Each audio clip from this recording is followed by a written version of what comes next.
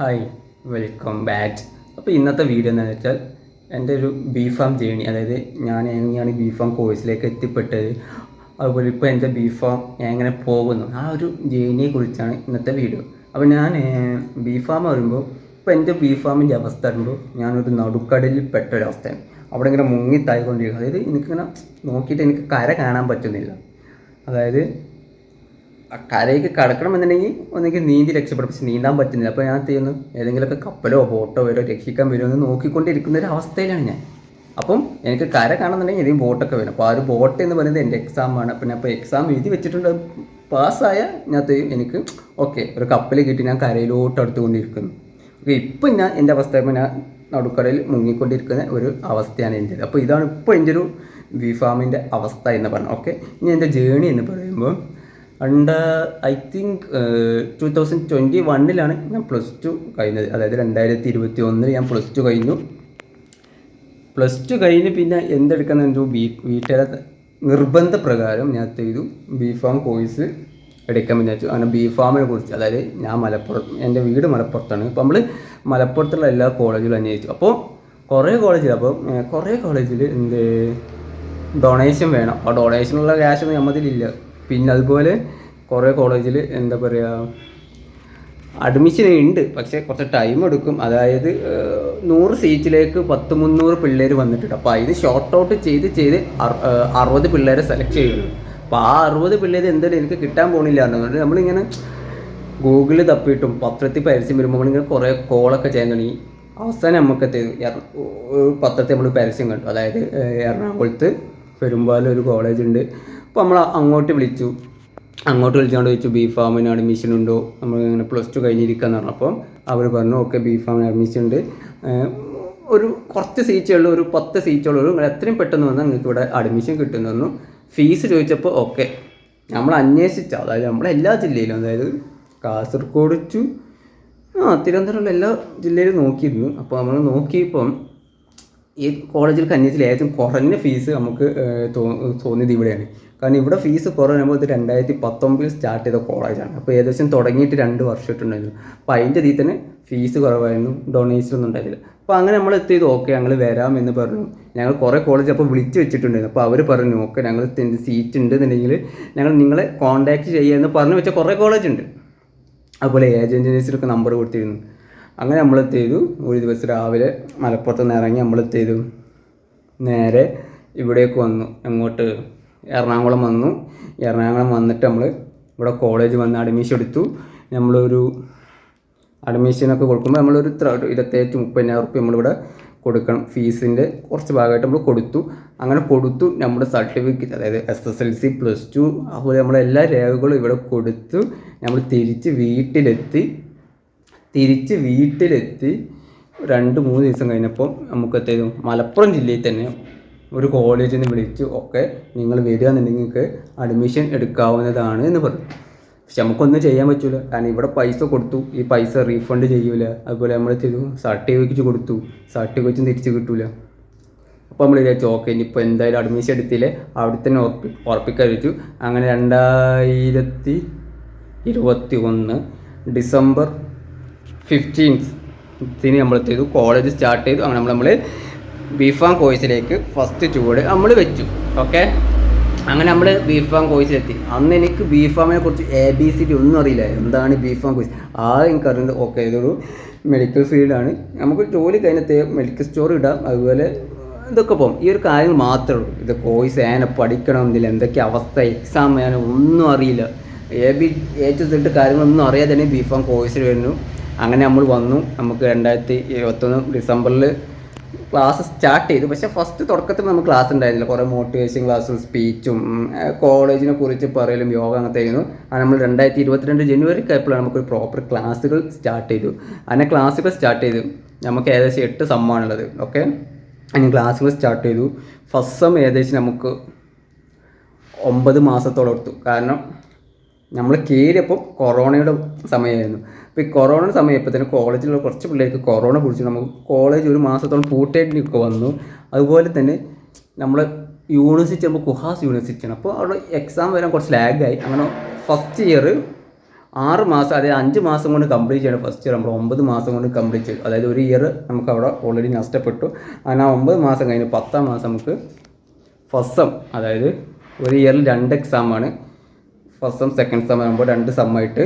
ഇപ്പോൾ അതിൻ്റെ first sem exam വന്നു, നമ്മൾ എഴുതി നേരെ സെക്കൻഡ് സെമ്മിലോട്ട് കടന്നു. ഇപ്പോൾ ഫസ്റ്റ് സെമ്മിൽ നമുക്ക് ഏകദേശം ടോട്ടൽ 4 സബ്ജക്റ്റാണ്. 4 സബ്ജക്റ്റ് ആകുമ്പോൾ ഓക്കെ, നമ്മൾ ഈ 8 സെമ്മിനെ അപേക്ഷിച്ച് ഈ 4 സബ്ജക്റ്റ് വരുമ്പോൾ കുറച്ച് എളുപ്പമുള്ള വിഷയമായിരുന്നു, എളുപ്പമുള്ള സബ്ജക്റ്റുകളാണ്. അങ്ങനെ നമ്മൾ ചെയ്തു, ഫസ്റ്റ് സെം പഠിച്ചു. ഒരു 2-3 മാസത്തിന് ശേഷം റിസൾട്ട് വന്നു. ഓക്കെ, അതിലൊരു 3 വിഷയത്തിൽ 2 വിഷയത്തിൽ നമുക്ക് സപ്ലി വന്നു. ഓക്കെ, അന്നൊന്നും നമുക്ക് എന്താണ് ഇതിൽ ഇയർ ബാക്ക് എന്നുള്ള സംഭവം ഉണ്ട്, അത് നമുക്ക് എന്താണെന്ന് അറിയണമെന്നില്ല, അതുണ്ടോ എന്നറിയില്ല. കാരണം നമ്മൾ തൊട്ട് താഴെയുള്ള ബാച്ചുകൾക്കൊക്കെ ഇയർ ബാക്ക് ഫ്രീസ് ചെയ്തിരിക്കണം. അവർക്ക് ഇയർ ബാക്ക് ഉണ്ടായിരുന്നില്ല. അപ്പോൾ നമ്മൾ ചോക്കണം നമ്മൾ കൊറോണയിൽ ഇതിൽ പെട്ടതല്ലേ, കാരണം അവർക്ക് കൊറോണ ഉണ്ടത് ഫ്രീസ് ചെയ്ത്. അപ്പോൾ നമ്മൾ ചോക്കണം നമ്മളും കൊറോണയിൽ പെട്ടതല്ലേ, നമുക്ക് ഇത് ചെയ്തിട്ടുണ്ടോ ഫ്രീസ് ചെയ്തിട്ടുണ്ടോ എന്നൊക്കെ വിചാരിച്ചു. നമ്മൾ ഏകദേശം ഇയർ ബാക്ക് ഉണ്ട് തന്നെ ഞങ്ങളൊരു ഫസ്റ്റ് സെം കയറി ഒരു 3 മാസം 4 മാസം കഴിഞ്ഞപ്പോഴാണ് ഇങ്ങനെ ക്ലിയർ ആയില്ല എന്നുണ്ടെങ്കിൽ, അതായത് first sem and second sem, അതായത് ഫസ്റ്റ് ഇയർ ക്ലിയർ ചെയ്തില്ല എന്നുണ്ടെങ്കിൽ നമുക്ക് തേർഡ് ഇയർക്ക് കയറാൻ പറ്റില്ല, അതായത് 5th സെമ്മിലോട്ട് കയറാൻ പറ്റില്ല എന്ന് അപ്പോഴാണ് നമുക്ക് അറിയാൻ പറ്റില്ല. അപ്പോഴേക്കും കുറേ പിള്ളേർ ചെയ്തു ഡിസ്കണ്ടിന്യൂ ചെയ്തു പോയി. അതായത് ഫസ്റ്റ് സെമ്മിൻ്റെ റിസൾട്ട് വന്നപ്പോൾ കുറേ പിള്ളേർക്ക് 3-4 സബ്ജക്റ്റ് പോയതൊക്കെ ഉണ്ട്. അപ്പോൾ തന്നെ ചെയ്തു കുറേ പേര് ഡിസ്കണ്ടിന്യൂ ചെയ്ത് വേറെ കോഴ്സിലൊക്കെ മാറി. അവർക്കിപ്പോൾ നല്ല നിലയിൽ എത്തി, ഇപ്പോൾ പഠിച്ച് തീരാറായി. കുറേ പേര് നേഴ്സിങ്ങും കുറേ പേര് വേറെ കുറേ കോഴ്സൊക്കെ ആയിട്ട് ചെയ്തിട്ടുണ്ട്. അപ്പോൾ അങ്ങനെ സെക്കൻഡ് സെമ്മിൻ്റെ എക്സാം വന്നു. സെക്കൻഡ് സെം എക്സാം പെട്ടെന്ന് 5 മാസം കൊണ്ട് വന്നു, അത് എഴുതി. പക്ഷെ നമുക്ക് അവിടെ ചെയ്തു കുറേ പനി കാരണത്തിടയ്ക്ക് നമുക്ക് 2-3 എക്സാം നഷ്ടപ്പെട്ടു. അങ്ങനെ നമുക്ക് സപ്ലി ചെയ്താൽ വന്നപ്പോൾ സപ്ലിയിലും പനി കാരണത്ത് കുറേ എക്സാം നഷ്ടപ്പെട്ട് നിർഭാഗ്യത്താൽ നമുക്ക് എന്തായത് ഒരു ഇയർ ബാക്ക് കിട്ടി. അങ്ങനെ ഇയർ ബാക്ക് കിട്ടി ഏകദേശം ഒരു 6 മാസത്തോളം. അതായത് തേർഡ് സെം കഴിഞ്ഞു, ഫോർത്ത് സെം കഴിഞ്ഞു. ഈ ഒരു തേർഡ് സെം 2 ഇയറിനുള്ളിൽ നമുക്ക് ക്ലിയർ ചെയ്യാം. പക്ഷേ ഈ 2 ഇയറിൽ എക്സാം എന്ന് വരുമോ അതിൻ്റെ 2 ദിവസം മുമ്പ് ഞാൻ ഹോസ്പിറ്റലിലും. അങ്ങനെ നമുക്ക് എക്സാം എഴുതാൻ പറ്റാതെ ഓരോ സെമ്മിലും, അതായത് ഫസ്റ്റ് സെമ്മിലും സെക്കൻഡ് സെമ്മിലും ഓരോ സബ്ജക്റ്റ് വീതം എനിക്കെന്ത് ചെയ്യും സബ്ജക്റ്റ് പോയി. അങ്ങനെ ചെയ്തു ഇയർ ബാക്ക് ഏകദേശം 6 മാസത്തോളം പുറകിലായി. അങ്ങനെ 6 മാസത്തോളം പുറകിലായിട്ട് നമുക്ക് 5th സെം തേർഡ് സെമ്മിലൊക്കെ വേണ്ടിയിട്ട് നമ്മൾ കോളേജിൽ പോകും, ലൈബ്രറിയിലേക്കും പഠിക്കും, കോളേജിൽ പോകും, ലൈബ്രറിയിലേക്കും പഠിക്കും. അങ്ങനെ പിന്നെ ഒരു എക്സാം വന്നു, നമ്മൾ ഫസ്റ്റ് സെം ക്ലിയർ ചെയ്തു. പിന്നെ വരുന്ന എക്സാം സെക്കൻഡ് സെമ്മിൻ്റെ എക്സാം ഒരു 2 എക്സാം എനിക്ക് ഇതുപോലെ വീണ്ടും പനിയും ഛർദിയും വന്ന് ഹോസ്പിറ്റൽസിലായിട്ട് ചെയ്ത് മിസ്സായിപ്പോയി. പിന്നത്തെ 2ത്തെ എക്സാം വന്ന് ഭയങ്കര ടഫായിരുന്നു. 35-ൽ ഞാൻ തോറ്റുപോയി. ഇപ്പോൾ വീണ്ടും ഇപ്പോഴും ഞാൻ 6 മാസം പുറകിലോട്ടായി നിൽക്കുകയാണ്. കാരണം എനിക്ക് ഇപ്പോഴും എന്താ പറയുക 5th സെമ്മിലോട്ട് കയറാൻ പറ്റിയിട്ടില്ല. അപ്പോൾ ഏകദേശം 2 വർഷത്തോളമായി, ഏകദേശം 1 വർഷം 1.5 വർഷം ആവാറായി, അപ്പോഴും കയറിയിട്ടില്ല. ഇപ്പോഴും ഞാൻ എന്തായാലും 4th സെം കഴിഞ്ഞ് ഇരിക്കണം. കാരണം ഇപ്പം ഞാൻ കഴിഞ്ഞ മാസം ഞാൻ എക്സാം എഴുതി വെച്ചിട്ടുണ്ട്. 2 മാസം റിസൾട്ട് 2 മാസം കഴിഞ്ഞ് റിസൾട്ട് വരും. അതിൽ പാസ്സായ എന്താ ചെയ്യാം ഇൻഷാ അല്ലാഹ് എനിക്ക് 5th സെമ്മിലോട്ട് കയറാം. അപ്പോൾ ആ ഒരു റിസൾട്ടിന് വേണ്ടി ഞാൻ വെയിറ്റ് ചെയ്തുകൊണ്ടിരിക്കുകയാണ്. അത് കിട്ടിയാൽ ഓക്കെ ഞാൻ ഒഫീഷ്യലായിട്ട് തേർഡ് ഇയർക്ക് കയറും. അപ്പോൾ ഇപ്പം ഞാൻ 4th സെം കഴിഞ്ഞിരിക്കുകയാണ്. അതായത് ആര് ചോദിച്ചാൽ ഇപ്പോൾ third year, okay third year ആയിക്കൊണ്ടിരിക്കുകയാണ്. അപ്പോൾ ഇതൊക്കെയാണ് എൻ്റെ ഒരു ബി.ഫാം ജേണി എന്ന് പറഞ്ഞത്. അപ്പോൾ നമ്മൾ ഇവിടെ വന്നാലാണ് ഇയർ ബാക്കിൻ്റെ കാര്യങ്ങളൊക്കെ ഇങ്ങനെ ഇയർ ബാക്ക് ഒന്ന് സംഭവം ഉണ്ട് എന്നൊക്കെയാണ്. അതുപോലെ കുറേ എക്സാമൊക്കെ നമുക്ക് മിസ്സായി പോയിട്ടുണ്ടെങ്കിൽ നമുക്ക് കൂടെ ഉള്ളവരൊക്കെ എൻ്റെ കൂടെ കയറി, അതായത് 2021 ബാച്ച് കയറുക. എൻ്റെ കൂടെയുള്ള ഫ്രണ്ട്സോ ഏകദേശം തീരാറായി, അവർ ഏകദേശം ഏപ്രിലിൽ നമ്മൾ ഇറങ്ങും. പിന്നെ നമ്മൾക്ക് ഇനി നമ്മൾ ജൂനിയേഴ്സിൻ്റെ കൂടെ ഇരിക്കണം. അപ്പോൾ ഈ റിസൾട്ട് വന്ന് പിന്നെ ജൂനിയേഴ്സിൻ്റെ കൂടെ ഇരുന്ന് ഏകദേശം ഒരു 1 ഇയറിനുള്ളിൽ നമുക്ക് ചെയ്യാം തേർഡ് ഇയറും 4th ഇയറും കംപ്ലീറ്റ് ചെയ്ത് നമുക്കും ഇറങ്ങാം. അപ്പോൾ ഇതൊക്കെയാണ് എൻ്റെ ഒരു ബി.ഫാം ജേണി എന്ന് പറയുന്നത്. അതായത് ഏകദേശം ഒരു 3 വർഷം, അതായത് ഈ 3 വർഷം കഴിയുമ്പോൾ എക്സാം, പ്രോജക്റ്റ്, സെമിനാർ ഇതിങ്ങനെ കണ്ടിന്യൂ ചെയ്യും. ഈ ഒരു സെം ഞാൻ പറഞ്ഞില്ല ഏകദേശം 5 മുതൽ 6 മാസമാണ്. ഈ ഒരു 5 മാസത്തിൽ 3 മാസം എക്സാം വെക്കാം. തുടങ്ങി 1 മാസം കഴിഞ്ഞാൽ ഫസ്റ്റ് ഇൻ്റേണൽ, 2 മാസം കഴിഞ്ഞാൽ സെക്കൻഡ് ഇൻ്റേണൽ, പിന്നെ എക്സാം 3-4 മാസം കഴിഞ്ഞാൽ മോഡൽ എക്സാം, 5ാമത്തെ അല്ലെങ്കിൽ 6ാമത്തെ മാസത്തെ മെയിൻ എക്സാം. ഇതിങ്ങനെ റിപ്പീറ്റ് ആവും. മെയിൻ എക്സാം കഴിഞ്ഞാൽ അതിൻ്റെ ലാബ് എക്സാം, അത് കഴിഞ്ഞ് വരുമ്പോൾ നമുക്ക് അതിൻ്റെ പ്രൊജക്റ്റ്, സെമിനാർ ഇങ്ങനെ കണ്ടിന്യൂ ചെയ്ത് ഇങ്ങനെ പോകും. ഇങ്ങനെ ഏകദേശം 8 സെമ്മോളം, അതായത് 4 വർഷങ്ങൾ ഇങ്ങനെ കണ്ടിന്യൂ ചെയ്ത് ഇങ്ങനെ പോയിക്കൊണ്ടേയിരിക്കും. ഇപ്പോൾ നമ്മളെ ഇത് തന്നെ നമ്മൾ ചെയ്യും കോളേജിൽ പോകും, ലൈബ്രറിയിലിരിക്കും, നമ്മൾ ചെയ്യും സപ്ലിയുള്ള വിഷയം ഇങ്ങനെ പഠിച്ചുകൊണ്ടിരിക്കുക. ഏകദേശം ഞങ്ങളൊരു 10-25 പിള്ളേർ പോയും 5-8 പിള്ളേർ പോയും എന്താണ് ഇയർ ബാക്കായിട്ട് ഇരിക്കുകയാണ്.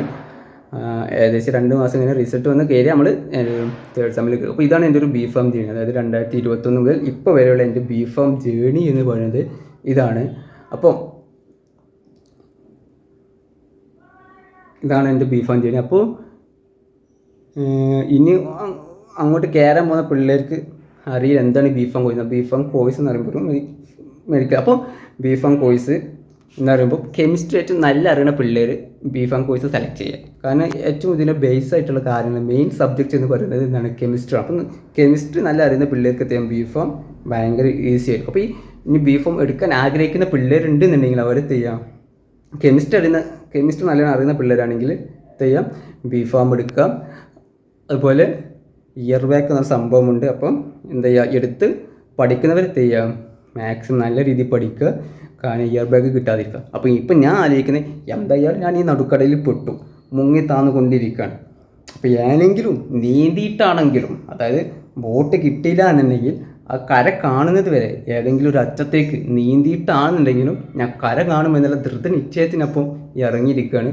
അപ്പോൾ എന്തായാലും ഇനിയിപ്പോൾ മുങ്ങി താന്നാലും വേണ്ടിയില്ല, ഞാൻ എങ്ങനെയെങ്കിലും നീന്തി ആ കര കാണും. അപ്പോൾ ആ കര കാണാൻ വേണ്ടിയിട്ടുള്ള പരിശ്രമത്തിലാണ് ഞാനിപ്പോഴും. അപ്പം എങ്ങനെയും ആ കര കാണാം. ഈ നടുക്കടയിൽ നിന്ന് എനിക്ക് ഏതെങ്കിലും രക്ഷപ്പെടാം. എന്തായാലും കുളിച്ചു ഇനി ഞാൻ എന്നിട്ട് കയറാമെന്ന് വിചാരിച്ച് ഇനി കുളിച്ചിട്ട് കയറാമെന്ന് വിചാരിച്ച് ഞാനത്തെ എപ്പോഴും വീണ്ടും ഞാനത്തെ ട്രൈ ചെയ്തുകൊണ്ടിരിക്കുകയാണ്. അപ്പോൾ ഇതൊക്കെയാണ് എൻ്റെ ഒരു ബി.ഫാം ജേണി എന്ന് പറയുന്നത്. നിങ്ങൾക്ക് വേണമെന്നുണ്ടെങ്കിൽ ഒരു എക്സാം മോഡലും അതുപോലെ ഒരു കോളേജ് നോക്കുമ്പോൾ എന്തൊക്കെ കാര്യങ്ങൾ നോക്കണമെന്നും ഫീസ് സ്ട്രക്ചറും അതുപോലെ എന്താണ് ഇയർ ബാക്കും എന്നുള്ളതൊക്കെ വീഡിയോ വേണമെന്നുണ്ടെങ്കിൽ ഞാൻ ചെയ്യാം മുന്നോട്ട് ഇടാം. വേണമെന്ന് നിങ്ങൾക്ക് താഴെ കമൻറ്റ് ബോക്സിലിട്ട് അറിയിച്ചാൽ മതി. അപ്പോൾ ഞാൻ ഒരു വീഡിയോ ആയിട്ട് വരാം. അപ്പോൾ ഇന്നത്തെ വീഡിയോ ഇത്രയേ ഉള്ളൂ. അപ്പോൾ മാക്സിമം ഇത് ബി.ഫാം പഠിക്കുന്ന പിള്ളേർക്കൊക്കെ ഷെയർ ചെയ്ത് കൊടുക്കുക. അല്ലെങ്കിൽ ഇനി ബി.ഫാം പഠിക്കാൻ പോകുന്ന പിള്ളേർക്ക് ഷെയർ ചെയ്ത് കൊടുക്കുക. അപ്പോൾ അവർക്ക് വേണമെന്നുണ്ടെങ്കിൽ ഞാൻ ബി.ഫാമിനെ കുറിച്ച് കൂടുതൽ ഡീറ്റെയിൽസ്, എന്താണ് ബി.ഫാം കോഴ്സ്, അതുപോലെ എക്സാം മോഡൽ എങ്ങനെയാണ്, എന്താണ് ഇയർ ബാക്ക് എന്നുള്ളതൊക്കെ ഞാൻ പറഞ്ഞു കൊടുക്കുക. അപ്പോൾ മാക്സിമം അവർക്കൊക്കെ ഇത് ഷെയർ ചെയ്ത് കൊടുക്കുക.